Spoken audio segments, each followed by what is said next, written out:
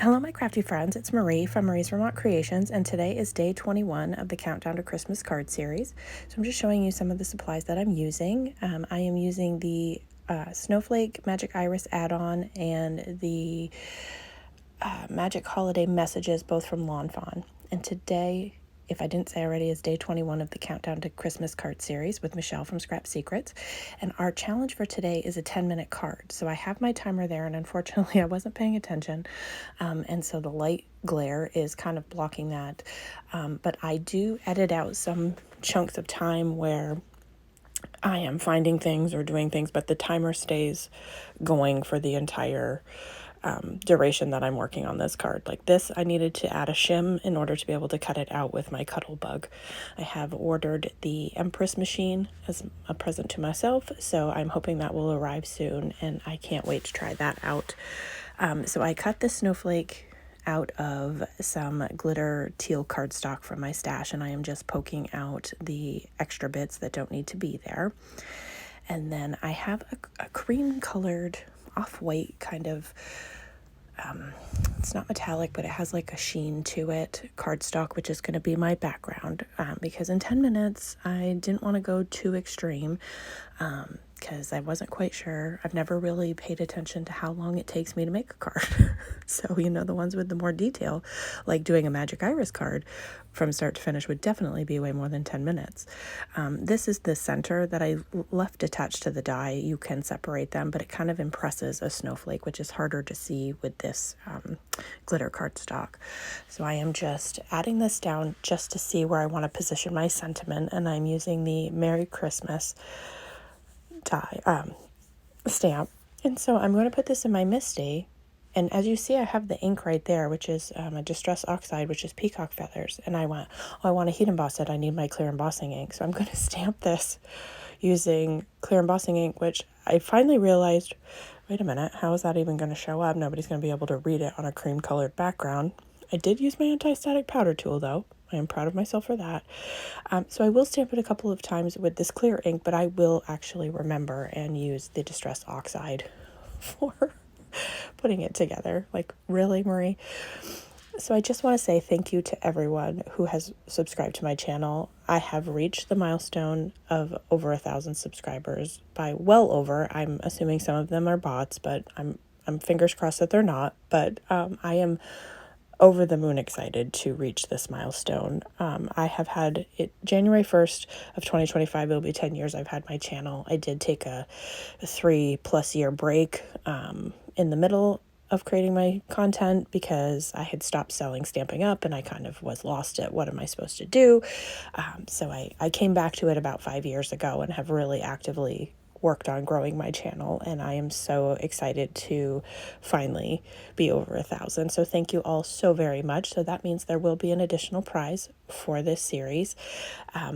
I will link Michele's channel down below. I'm doing this with her. This is the second year that I've done this. This is her holiday series that she has done several years prior. And then for the last 2 years, I've done the full series with her.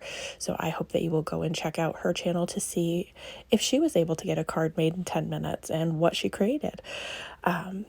So I am heat setting that now that I have done it with the peacock feathers. I originally, in my brain, was going to use, I have peacock feathers, like the powder, and I thought it might not be as dark as I want it to be, so I opted to go with the ink instead. And then I am just going to use my art glitter glue, not art glitter glue, this is Barely Arts glue, and just coat the back of this snowflake. There's a lot of little bits and pieces, so I just want to make sure I got them all, and add that down. And then I was going to maybe add some ribbon or something. I felt like I needed an embellishment, but the time is ticking down. So I was getting nervous that I was going to run out of time to get this card completed. So I opt to go for stickles. I dig in my stash and find some stickles because I didn't have those planned prior. I didn't think of embellishments. I just grabbed the stuff I needed for the card itself. So I will grab the stickles and add that after I get this glued down, and then the entire panel glued down, which is an A2 size card base. I like side folding card bases. I did see the other day someone did a top folding, and I thought I should try that once in a while. I don't very often do it. And the only reason is my Tim Holtz trimmer, the small one, doesn't fit it that way. So I'm too lazy to grab out the longer trimmer that I have to make those kind of card bases.